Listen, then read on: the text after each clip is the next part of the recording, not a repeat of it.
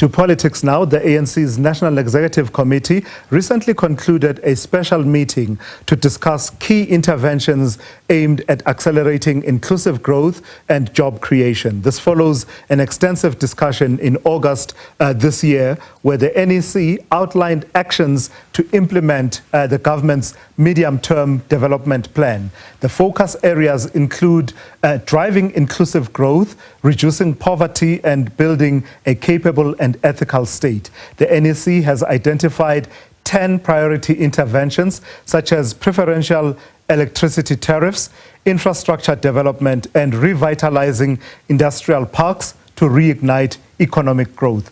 Well, let's analyze the feasibility and implications of these interventions. I'm joined now by Dr. Levy Ndou, a political analyst. Good afternoon, Doc, and thank you for your time. So the 10-point plan of the ANC to try and boost the economy.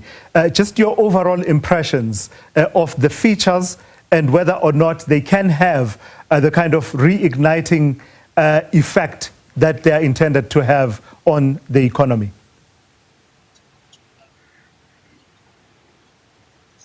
Good afternoon to you. Good afternoon to the viewers at home. Thank you for having me. There is nothing new about the plan of the ANC. The ANC has been able to identify specific areas that requires attention. And the fact of the matter is that the challenges that the ANC seeks to address are not necessarily new challenges. These are the challenges that were there even before 1994. And the ANC is acknowledging with this 10-point plan that for some time there are areas where they did not do well, and those are the areas that determines their support or continuous support if they have to stay in power. There is a clear element of panic on the part of the ANC as we approach the local government elections. It is the ANC that has gone all out to test the performance of the different municipalities that they are in charge of, and also those that are run by other parties. And what they observed and concluded is that they are actually not performing well when you look at different local governments. Hence, there was a roll call for the councillors and the mayors of the ANC to change the gear and do things better. And on such basis, the ANC has to come with a plan, and indeed the 10-point plan that must make a difference in the lives of ordinary people. It is informed by failure, it is informed by panic, and it's also informed by the local government elections that are coming, in which the ANC itself, it does not expect to perform well. And that is why they've come up with this plan.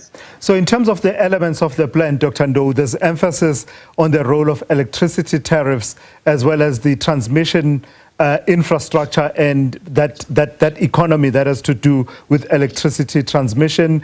There's issues around infrastructure as a driver of economic growth, and as well as labor activation and the government-based programs. If you look at that totality of the elements, the 10 points of that 10-point plan, as well as the establishment of an economic war room in the presidency. Firstly, how different do you anticipate this war room to be from the current operations such as Operation Vulindlela, for example, and that work that is already underway? Will it be complementary, or will it be parallel to the work that is being done by the likes of Operation Vulindlela?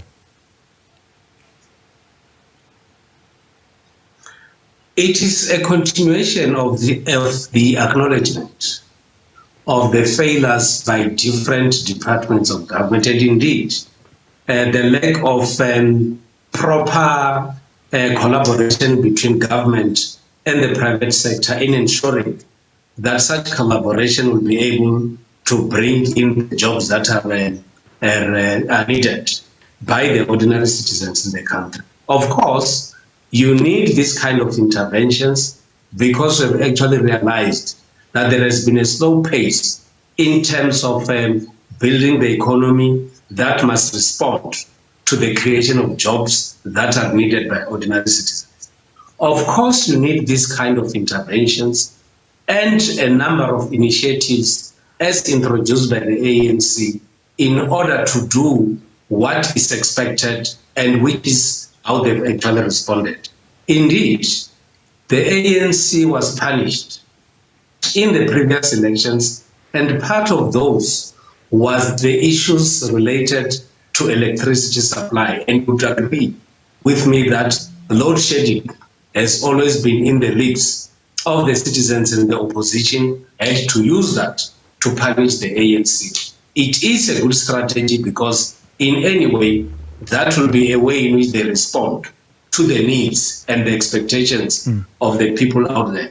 Of course, you don't need to just sit down and relax when you are government. You need to be coming up with as many initiatives as possible so that you are able to be seen as a government that is caring, that is coming up with initiatives. As for coming up with the war zone, my view is that it will be necessary to do so, but this war zone must touch on the different performance of the departments, because it will be the different departments that have to come up with initiatives that have to drive the building of the economy and ensure that the well-needed jobs are actually being established. So my view is that part of the responsibility of this war zone should be to look at the different departments and how they perform in driving the challenges that we are facing. And in the main, this is job creation, which has to be driven by proper infrastructural projects. Yeah, and of course the other elements talk to such things as provincial economies, strengthening those to ensure that growth happens in far more nodal points than the current ones that we have. But I wanted to touch on the capacity of the state, because that's also another element that shines through in that 10-point plan. It is also an element around which the political parties that make up the national governing coalition, the Government of National Unity, agree on the need for an ethical and capable state. Just the ANC element of that, is there something that the ANC can do between now and perhaps the next election that will signal its seriousness around this particular issue of building a capable and ethical state?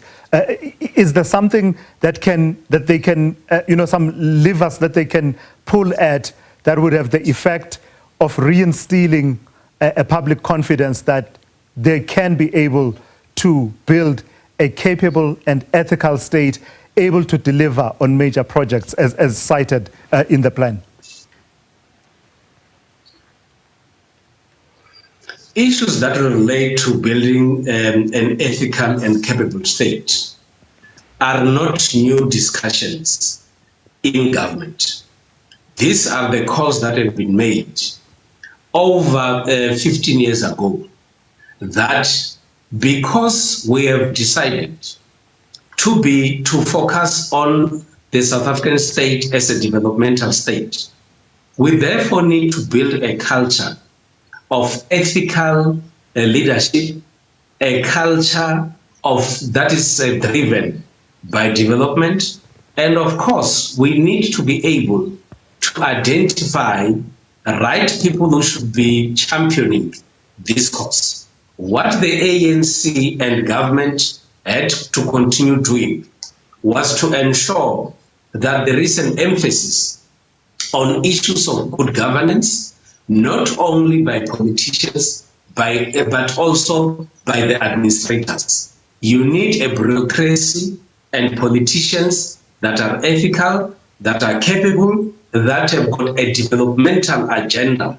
And if you have such, you'll therefore be able to achieve all the necessary instruments that drives development in society. It might be a longer project because you need to start by skilling public servants. You need also to have law enforcement agencies to come in, because when you do not have ethical bureaucracy, you can easily therefore get a corrupt bureaucracy. That is why we get it from the different commissions that have been established.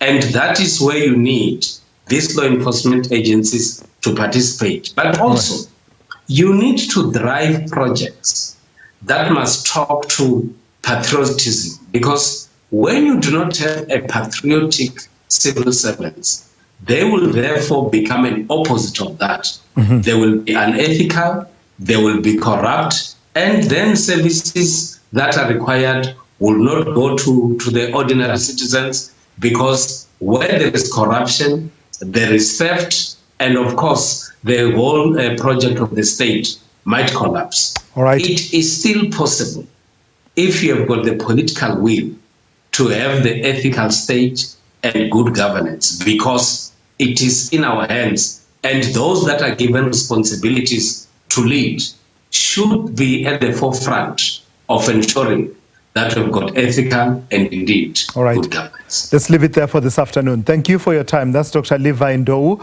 who is a political analyst, weighing in on the plans that have been outlined by the ANC's National Executive Committee around how to almost jumpstart the country's economy and achieve the levels of growth that would move the needle in terms of our unemployment and poverty and inequality situation.